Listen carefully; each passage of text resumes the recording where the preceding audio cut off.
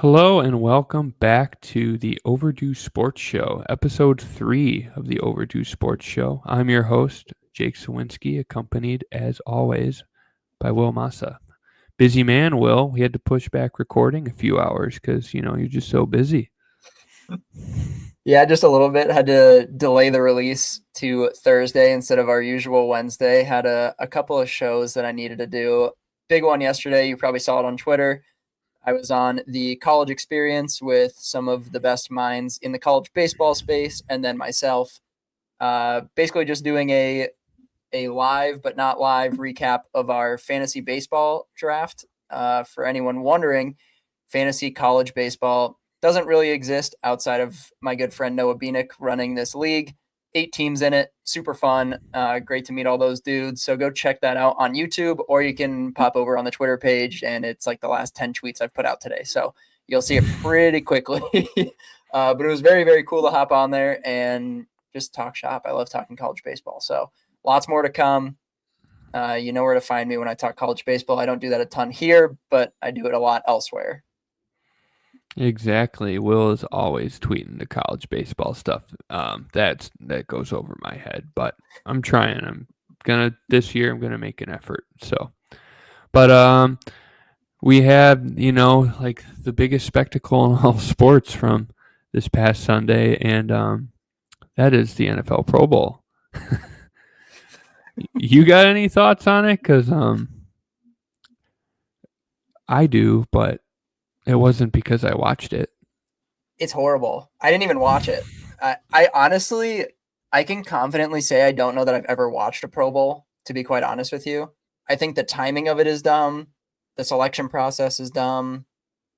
The new format is now flag football, which like I get from a physical standpoint, like how in NHL they try not to hit, you just see a lot of scoring, but that makes it fun in hockey. Like I can do without the hitting because the score ends up being like 8-7 and that ends up being fun. But Yeah, the and it's NFL three is on three. yeah, and the NFL is just atrocious. I mean, you're doing it not in the middle of the season, but you're doing it during playoffs. So like the best players aren't even in it. So you're picking like the best players that have been eliminated from the playoffs and or just didn't make the playoffs. So I don't even know why they bother with it, to be honest. If you're gonna do it, maybe do it post. I just don't know if there's a good time to actually do it. Yeah, and like I'm sure this is what a lot of the NFL chatter was on social media the last week. Kind of just complaining about the Pro Bowl and how stupid it is and how pointless it is, and it's kind of a weird scenario, right? Just because it's like you have this contact sport where there's really no need for an exhibition game where they're beating the crap out of each other. Like, they used to actually play the game, and like Sean Taylor had that big hit in the Pro Bowl. Like, that's a highlight you see over and over. But they're kind of in a weird spot because it's like, it's not even that, oh, it's not worth suiting up to, have a meaningless football game because, you're putting your players at risk, right? The players won't do it either. You know what I mean? It's like they play 18 to 22 games a year, more if you play preseason games. Like some of the role players are playing in the preseason too. So, I mean, you play up to 25 games, 24, 20, whatever the number is, low 20s, mid 20s games a year. Players aren't going to sign up for that either. And like, we kind of just went through some of like the notable issues with it, right? But Drake May was starting quarterback in your flag football Pro Bowl. And it's like, yeah, he made a Pro Bowl by default because 1, 2, 3, 4, 5, 6, 7, and 8 all said, no, I'm not doing it. Jared Goff was the Pro Bowl on the quarterback on the NFC side, which I think is a little more realistic. But I mean, he's probably at the point. I'm not sure if he's made a Pro Bowl before. Didn't even look. Don't care. I don't think most people care about it all that much. But like, at least he's in the realm of being qualified to be in your All-Star game, right? And I guess my question to you is like, what can the NFL do to kind of make it a little more relevant, right? Or showcase your players in a way that, like, hey, they're being honored as an all-star, but like not taking on a bunch of extra risk, right? And the MLB All-Star Game, pretty good format, and it's simple, right? Like, I think you have the charity softball game Sunday night or whatever, the celebrity softball game, the slow pitch thing. You have the home run derby, which, some people are really back and forth on the rules, right? Oh, I liked when it was 10 outs, or I liked when the time was different. But I mean, more and more people watch, and it's really fast paced. Like, it used to be, oh, you could be up 6 hours watching a home run derby. It's not like that anymore. It's a lot more enjoyable. And then the All Star game, baseball is just different, right? The NBA All Star game's kind of in the same pattern, right? Like, with a 3-point competition might be the best event they do. It used to be the slam dunk competition, but those guys don't do it anymore. Your best dunkers don't do it, right? And the game itself is a joke. It's 200 to 240, and then they like restart the score in the middle of the game. Like, Adam Silver's like a very think outside the box commissioner, but some of the stuff he does is like, dude, what do you do? Like, who told you this was a good idea? This is dumb. And then they just stick with it. NHL's done a fantastic job. The skills challenge is super cool. The games itself, they're 3-on-3, so they're really fast paced. There's not a ton of hitting, but the games are 8-7. It's 3-on-3. It's super fast. It's really fun to watch.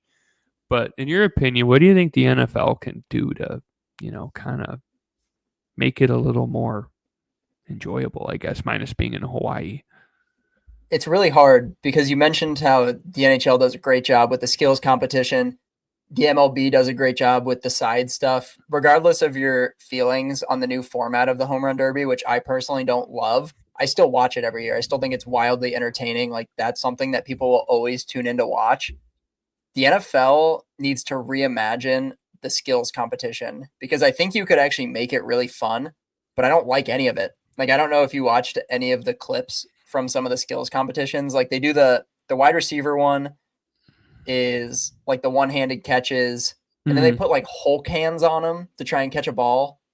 Like, and then they do a diving catch onto like a big, diving pad.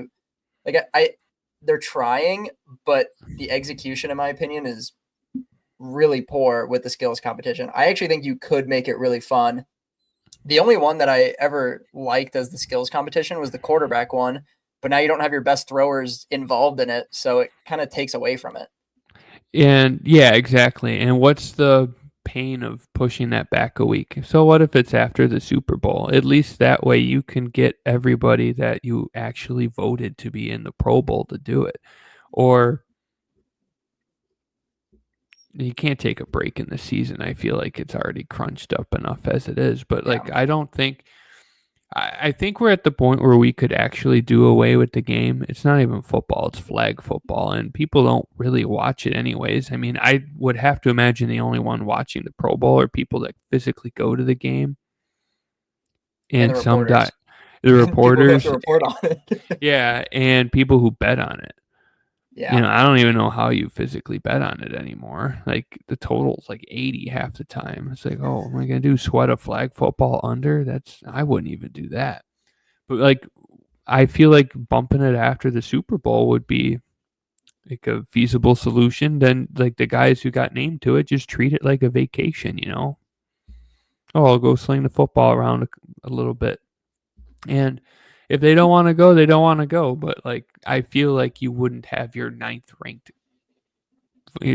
vote getter being selected. Like, one or two might sit out, but three is Pro Bowl caliber, in my opinion. I don't know. It's just kind of I feel like it's just a formality at this point. I feel like nobody takes it seriously. And I think did they do away with the MLB All-Star game deciding who gets home field advantage? The playoffs? They No. did away with. Oh, it's still No, a I don't thing? think so. Yeah, to my knowledge, they're not. And I will say with the MLB, they do a good job of like listening to people. The biggest gripe over the last couple of years with the MLB All-Star game has been they went away from players wearing their own uniforms, which in my opinion is like the coolest part of it, was that Yeah, every you just player was wearing see their like own a uniform. It's puzzled awesome. thing together. And they got away yeah. from it. And the uniforms last year were disgusting. Like the AL was that creamsicle the bright orange, and then the NL was that bright blue and black. And like I get they're trying to go into like the color rush kind of deal. Yeah, But like the City Connect stuff is like those weird different yeah, but colors it's or like whatnot. combined. And if you wanted to stick with that, like I actually think it would still be. I mean, I don't love the City Connect jersey. I think we've talked about it, the City Connects on a previous episode. I don't Mm-hmm. like a lot of them, but even if every player wore their own City Connects, that could be a cool twist on it. But they're bringing back like all the players will be wearing their actual team hats this year, and I believe the team uniforms as well. So like MLB is like listening to fans because they know that the All-Star game and the All-Star weekend is actually a really enjoyable like process for people to watch. It's something to watch. And it's a little bit easier for them because it's right in the middle of the season. They get a full week off. Like it's easy when you play 162. It's not against anything. And I think people would be more inclined to watch the Pro Bowl if it was postseason. Like if you could have Patrick Mahomes and Lamar Jackson like competing in, even if it was a flag football game, like I see what they're trying to do with it. But if you actually had the best players, people would probably tune in a little bit more. But more so with the skill stuff. Like I don't really want to watch like Jared Goff compete against Russell Wilson in a passing contest. Yeah, or watching two linemen push a Manning brother on a sled as fast as Yes, they can. Like, exactly. I mean, yeah, I'm not buying it. But And even yeah, like you said, like even I mean, you and I are criminal NBA haters, but like the 3-point contest is still fun. Like I still oh will watch. yeah, Like I watch the 3-point contest. I don't watch the dunk contest anymore just because it got really boring after probably like 2016. But that used to be like a really big one too. yeah. Well, Uh, it's just the big dunkers don't do it anymore. It's yeah, like you know. And I mean, the NBA is trying to, at least on the skill side of it, right? Like they wanted Caitlin Clark to do the 3-point competition. I think Sabrina Ionescu did it a couple years yeah. ago. Like that stuff's interesting. Like, I mean, is it my cup of tea? Not really, but it's better than doing nothing at all. And the NBA All Star Game, like that, in my opinion, they could just do away with that. Like, Yeah. Well, there's they changed it to where, and I don't know if they still do it, but I know for a while in there they were doing it as every point scored was money to charity. And so it's basically just like there's actually no defense. Like it's like you see probably better dunks in the All-Star game than you do in the dunk contest. yeah. And that could be the case. I'm not sure if that is. I didn't even know I that don't know was if a they still, thing. yeah, they used to do it. I don't know if they still do. Yeah, but shit. What was I gonna say? Um, it'll come back to me. Give me a second. Like, it's just kind of a formality, you know what I mean? And I think this was I was say it's more of kind of a byproduct of the way the NBA is now, where it's like you don't see a ton of defense. And I don't buy the whole argument. It's like, oh, those guys are so skilled on offense. It's true. Like they are skilled on offense. Like an NBA basketball player is like among the most skilled athlete just because of all the things they do and like how good they are at their craft. But you watch an NBA game, you can't tell me like they're exerting everything they can on defense. You cannot convince me of that. And then the All-Star game is just like it's staring you in the face. I think it's just kind of a byproduct of how the game is played at the professional level now. But NFL's just kind of in a weird spot. Like you can't just throw on the pads and hit them, beat the crap out of each other in a meaningless football game. But I just investing all your resources into making that skills competition better is probably the way to go. And I think just moving it from the week in between, they do it just so it's like, oh, we have a 2-week break in between the Super Bowl and the championship game. It gives fans something to watch. But like, I don't know who watches it. Our group chat makes jokes about, hey, we watching the Pro Bowl?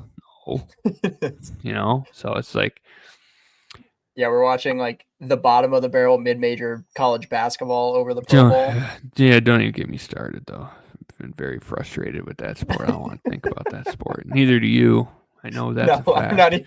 I'm not even bothering with it right now. No, yeah, it's been frustrating. But you want to jump into some college baseball? I know you're chomping at the bit. If we got what 9 more days? Is that what your most recent? 9 Same days. side, 9 days. February 14th, next Friday, is opening day. And I could not be more excited, quite honestly. I start prepping for college baseball in December and all the way through the new year, getting ready for this day specifically. We got a ton of tournaments that kick off the regular season. You have the Shriners Children's College Showdown in Arlington. They played at the Ranger Stadium. There's the Puerto Rico Challenge. There's the College Baseball Classic. And then there's the MLB Desert Invitational in Arizona. And there are 3 weekends of each. So the first 3 weekends of the season are basically just round robin tournaments. All the up north teams get to get out of the cold. You get a lot of really, really good non-conference matchups in there. A couple of games that I'll highlight just opening day. Number 15 takes on number 17. Clemson and Oklahoma State should be a dynamite matchup. You have UC Irvine, who's one of the better mid-majors in all of college baseball, taking on newly ranked this year, number 24, Nebraska. Really excited for that game as well. Duke and Cincinnati should be interesting. Arizona and Ole Miss will be really interesting. And then Dallas Baptist also gets their first crack at it. And I will say this, as an avid college baseball watcher, you basically have 2 avenues because the Power Fours have created this dynamic where they all have their own network. So you have ACC network. ACC still gets a good amount of games on ESPN Plus, thank God. The Big 12 is really the only one that you get publicly because even the only team in the Big 12 prior to this that had its own network was Texas with the Longhorn Network. Longhorn Network, yeah. Yeah. So the Big 12 gets a lot of showtime on ESPN Plus. The SEC, good luck watching SEC baseball because unless you have SEC Network, you are not catching a lot of it. Every once in a while, there's a game on ESPN Plus. My biggest beef is that all of these early tournaments, these first 4 weeks of the season, the first month, are all on Flow Sports. And I was telling Jake pre-show, I want to bash Flow Sports for it, but I don't know that they're at fault. They're not the ones that are contracting those games out. It's the NCAA that are contracting those games out. So it's hard for me to bash Flow Sports because they're just getting the business. I don't love the production they do. I think they always just throw together random announcers. Last year, the big issue is that a lot of the announcers were very obviously not in the loop of one college baseball, but it seemed like they didn't really know baseball in general. So the production value of Flow Sports is where I really take issue with it. And for the price they cost. I mean, it's more expensive than ESPN Plus by a decent amount. Having said that, I will still be investing in Flow Sports this year because I want to watch the first month of the season. Mm-hmm. And that's really the only way to do it because those Flow games are completely locked out. There's no other way to watch. So if you are looking to get into college baseball, I would recommend one or the other. And I guess it's more so what you prioritize. I love ESPN Plus because you get all the mid-major games. And those teams are really, really fun. You get all the AAC games. You get a lot of Conference USA. You get a lot of Sun Belt. Lots of really good teams in all those conferences. So ESPN Plus is well worth the money, and you get those games for the full year. Flow Sports, you really just get that first couple of months, and then it's sporadic here and there because then you get into conference play, and all those teams are contracted within their conference network. So it's worth it for early on if you are an avid watcher like myself. If you're more so trying to get into it, you want to watch some teams here and there, ESPN Plus is your better way to go. But nonetheless, I'm still really excited for it. I'll be putting out top 25s every single week. I'll be on Backside Ground Balls Media talking college baseball multiple times a week with series previews and series conclusions, recaps, all that stuff. So you know where to find us. So I'll be covering that very extensively over the next 4-5 months. Very, very excited. But that's the college baseball shop that I got. If you've been listening, you know that I've been covering it super in depth elsewhere. I'll be posting my futures cards over this coming week because those get pretty extensive as well. So stay tuned for all of those. And that's what I got for the college baseball stuff. We can jump into the next piece. We were kind of discussing on what we wanted to talk about next. Yes, and I went out of order. That was my fault. But yeah, that's right. We had draft. We're going to talk about the NFL draft a little bit, which at this time of year, outside of the Super Bowl, is the talking point. I mean, once you hit playoffs, a lot of people whose teams aren't in it, you kind of just start jumping to mock drafts and the draft in general. And this year is interesting. I think we both agree, neither of us really like the quarterback class this year. Not at It's all. not deep and it's not that good at the top either, but there is a lot of teams in dire need of a quarterback. There is a lot of poor quarterback play rolled out by a lot of teams this year. So we can jump right in. Cam Ward is projected to go 1 in a lot of places to the Titans, who appear to be moving on from Will Levis. I don't know if you have any thoughts about them moving from Will Levis only in year. I believe this is year 2. He was 2. in Stroud's class. Yeah, Mm-hmm. we talked about him a lot with the NFL look ahead stuff. He looked better this year, but he makes big mistakes, like game defining mistakes. Yeah, And backbreaking mistakes. yeah. And so for them to go and draft a quarterback, I don't think they'll draft Shador at 1 and Tennessee with the first pick projected Cam Ward. I was really high on Cam Ward coming into this year, and he wasn't as good as I thought he was going to be quite honest with you. Like I really thought that he was going to dominate this year, and he was really good. But when you think of number 1 overall quarterbacks, I don't know that he is like the prototype of what you think of what he did on the field. No, I don't think so. I think they struggled down the stretch a lot, Miami, just because of how defense played, how he himself played in some of those games, and I wouldn't say he was bad either. But I think it was that Georgia Tech loss, that first loss they had, where he didn't look great that game. I feel like maybe he just kind of struggled to get that mojo back, right? But then again, I mean, it could be a part of him playing in an ACC conference that just wasn't really good all year long, right? Like it was really Miami and Clemson and SMU. Those were the only 3 teams that were really worth anything in that whole conference. But I still think he's better than Shadur Sanders. But some other teams might not see it that way either. Like to me, I feel like the Titans could take either one of those guys. And from what I've listened to, it seems like a lot of the NFL community, like not just fans, but like coaches and the media, seem to really praise the job that the coach, Brian Callahan, was doing in Tennessee. And a lot of people didn't have too many bad things to say about the roster either, right? The defense played well all season.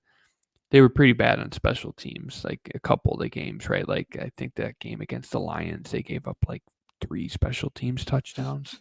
That game was like an outlier though. Like from everything I heard, it seemed like they were pretty praised for like how their defense was playing. They ran the ball really well. Like Tony Pollard had a pretty good year. Who's their backup? Tyrone Spears, whatever. Tyjae Spears. Yeah, Tyjae Spears. That's what it is. He was really good all year too. I felt like they were a little weaker at wide receiver, but you had Calvin Ridley, and it seemed like he was just never, he never got off the ground running. But they have pieces there, right? And you take all that into consideration. The one area was quarterback. It's like if they had like remotely competent quarterback play, I think they're in a lot different of a position, like outlook for the next couple of years, right? I'm not suggesting they'd be a playoff team or anything like that, but I think you're feeling a lot better about your team and the situation you're in and your prospects for the next couple of seasons if you had at all competent quarterback play.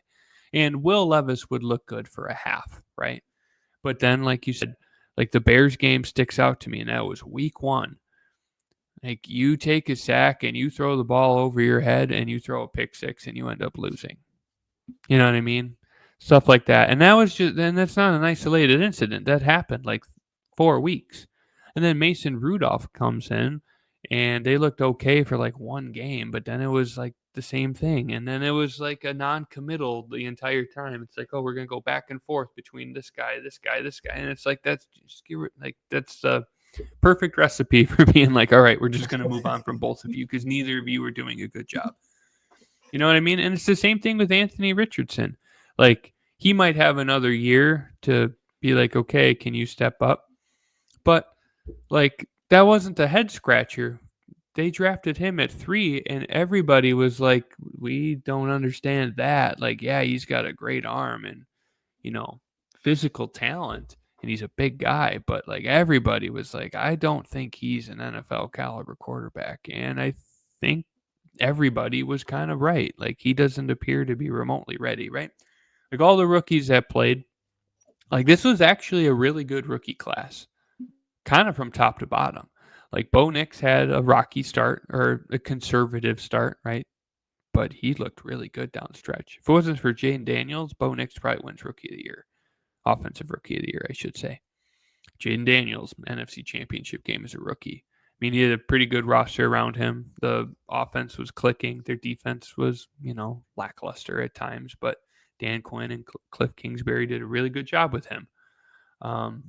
Caleb Williams, despite, that lull and the just loser culture in that city and that team, looked okay at times, looked really good at times. I don't think there was a rookie that looked bad. And it's like, you got year 2, year 3 guys. Like, Mason Rudolph's a backup, but Will Levis, just like, they're not taking strides. Those guys aren't getting any better. So I was a little long-winded, but like, yeah, I think it is time to move on. It's tough, because there's a lot of talent that comes out of these college classes, and not so much this year in the quarterback position, but in a lot of cases, that's the one piece that's missing. You know what I mean?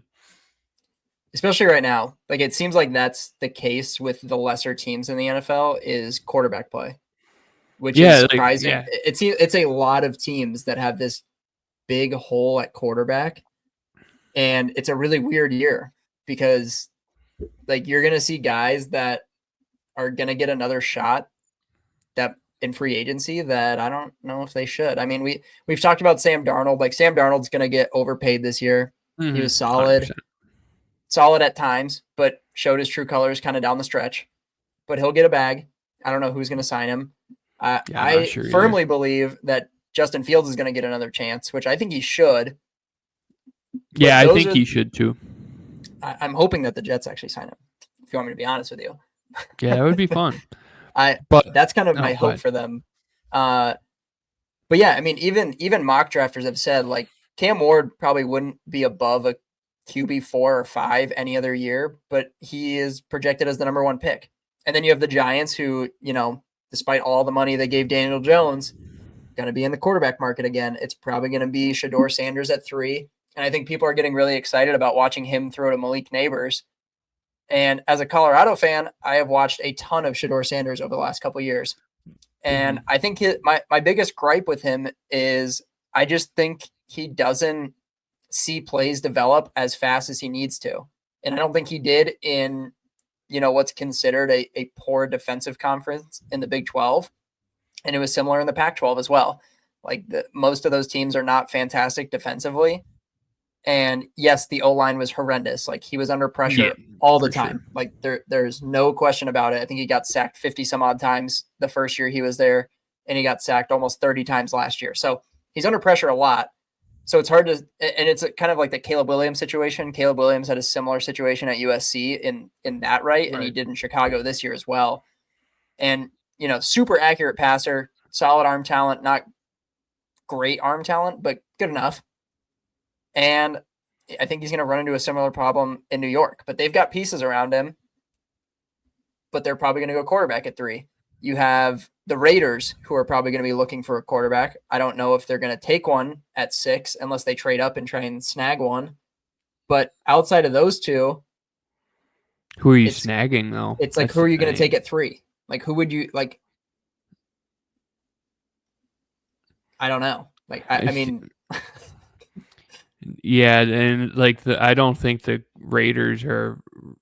Well, it's hard to say because like, you got a coach who can coach. It's like maybe they are a quarterback away, but like, for the Raiders, I feel like it's going to be an addition in free agency. Like, I don't.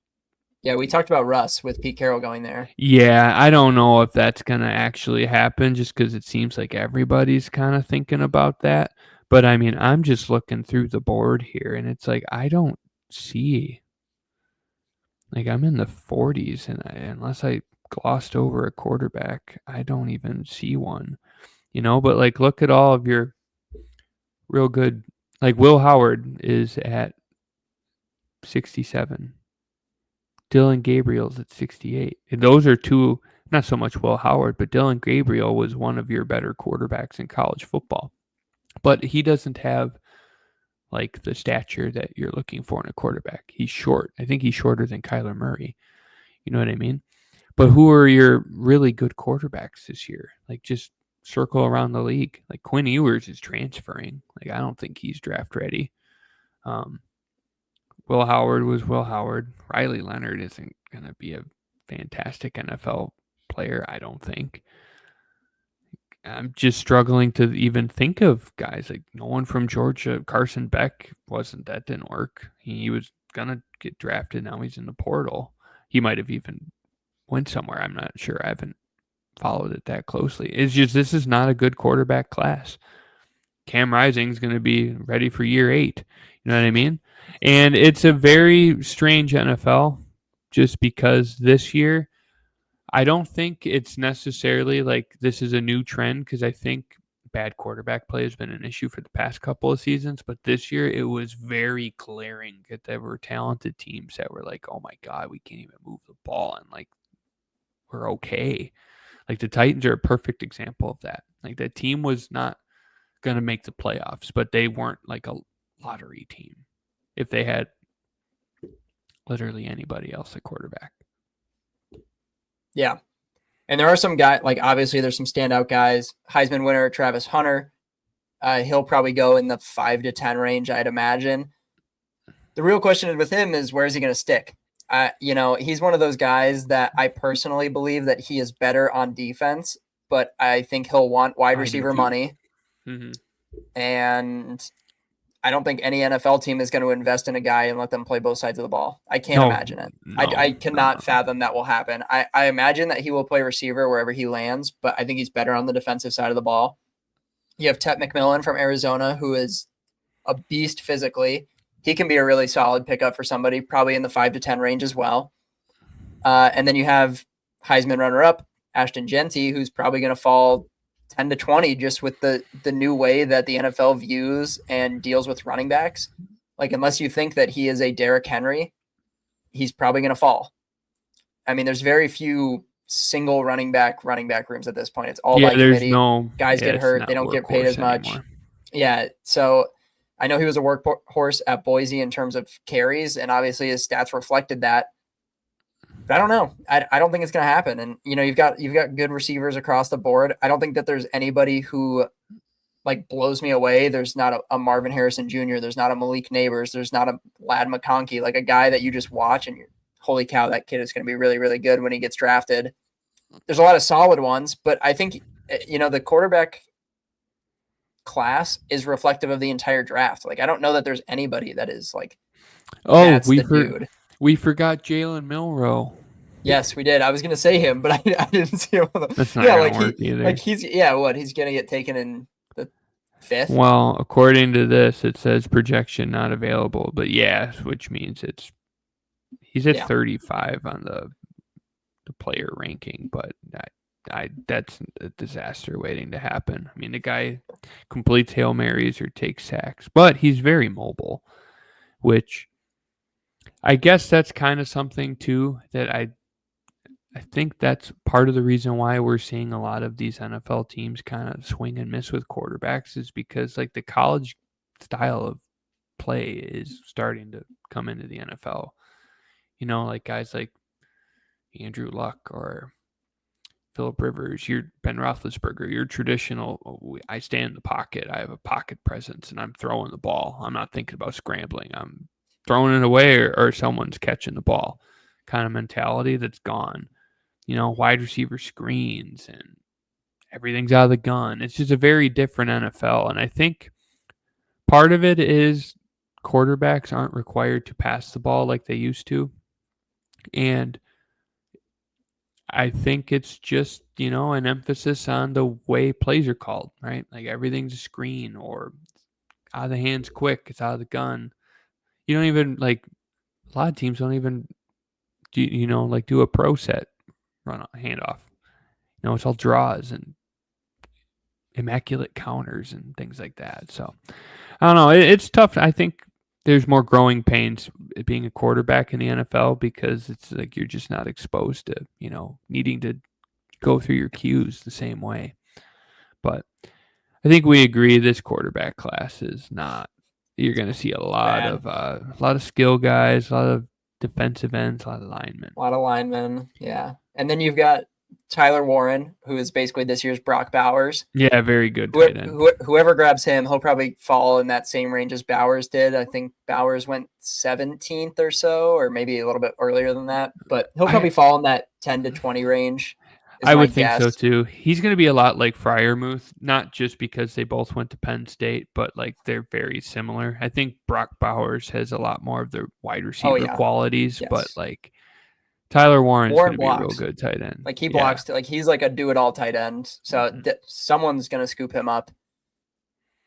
What do you think the Bears are going to do in the draft, at least in the first round? It's got to be a lineman. I think they're right there. I mean, to me, you could look at their schedule, and I think they lost like 6 or 7 one-score games. Yeah. Like, seriously. Like, I don't think that issue was with roster construction whatsoever. All the Bears fans I talked to seem to have that same sentiment. Like, the GM, Ryan Poles, has done a really good job of putting guys on that team that need to be there and can make the team better. I mean, it was obviously coaching, and I think that just needs to keep being the attitude. So I would agree. I mean, the two that come to mind immediately are the blocked field goal against the Packers and the Hail Mary from Jane Daniels against the Commanders. So there's two right there that 9.5 times out of 10 are wins. I would like to have the same idea for the Jets. I will be really happy if they don't draft a quarterback. This is probably the worst year you could draft a quarterback. I would love to see them go back into free agency. My fear is that they give Sam Darnold another chance. And I am a Sam Darnold defender when it comes to the Jets because I don't think he ever got a fair shot. Those teams around him were horrendous in the Jets era. Like we talk about the bad quarterbacks they've had. Like they still went to championship games with Mark Sanchez because the team around him was really good. Mm-hmm. And then they just never gave him a chance. Like he showed flashes at times, but those teams were unbelievably bad. I would like to see them go get Justin Fields. I think he'd actually fit well with a lot of the skill players they have. They just need somebody. Like I didn't like the Aaron Rodgers signing from the beginning. I've been very vocal about that. I'm very happy that they have pretty much said as a front office, like we're not bringing him back. So, it's probably good. Yeah. Yeah. He'll probably hang him up after this year. I can't imagine someone gives him another shot. Maybe Vegas will. Who knows? I think he'll play somewhere. I don't think he's quite ready to retire yet. And I mean, I thought physically he looked okay, but I just don't think he was vested there mentally, competitively. No, I would 100% agree. I'd like to see the Jets go receiver. If Tet McMillan is there at 7, I would love that. Even honestly, if Travis Hunter were there, I wouldn't mind that at all. I don't think he'll be there though. I don't think so either. McMillan, I imagine. I don't even know if he'll be there. But I think if you go get a wide receiver too, I mean, the rumors right now is one of Garrett Wilson and Devontae is gone. Fingers crossed it's Devontae. I hope, especially with Rodgers leaving, I imagine that's the more likely case. And then you still have Garrett Wilson. Like you still got pieces. You still have the running back room that's fantastic. You still have a solid defense. The O-line is still horrible. So I think they'll either go O-line or receiver. I'd be happy with either one, to be honest. I would have no qualms with them doing either. Anything else to add? That's all I got on draft. We will have our yearly draft show once we actually get close to it. We'll have our good friend Kyle on the show who crushes it in both the betting lines. I think he went 6-1 last year for a huge profit, and he mock drafts the entire first round. He, outside of like trying to project the trades, which is a complete crapshoot, he has outperformed Mel Kiper the last 2 years. That's his claim to fame right now. So he is a draft fiend. I'm very excited for that show again. I am too. I'm actually ready to sit in on it this year because I think I missed that one last year. Yeah, you were gone. Yeah, you were out of town for it last year. Yeah. Very excited to have him back on. He'll be back. that show is always a really fun one. So stay tuned for our full draft breakdown. He'll break down every single prospect, every single pick, much better than I ever could. So Oh God, yeah. Before we wrap up, do you want to talk about our little giveaway we're planning briefly? Yes. If you're listening to this, you will be getting a heads up for it. I'll be putting it on Twitter probably in the next couple of days. We are going to be running a couple of giveaways over the next couple of weeks to get people both subscribed to the Substack and the podcast.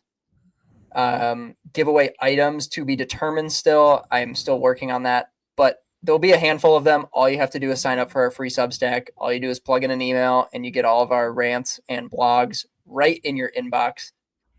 So if you haven't already, sign up for it.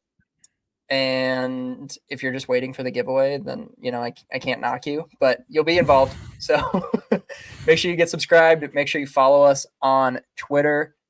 Rate and like the show on Spotify or Apple Pods, wherever you listen to this thing. And I think that's all the plugs. Follow us on Twitter at Overdue Sports. We will be back next week, hopefully on our regular scheduled programming with episode 4. Talk to you guys next time. Out of here.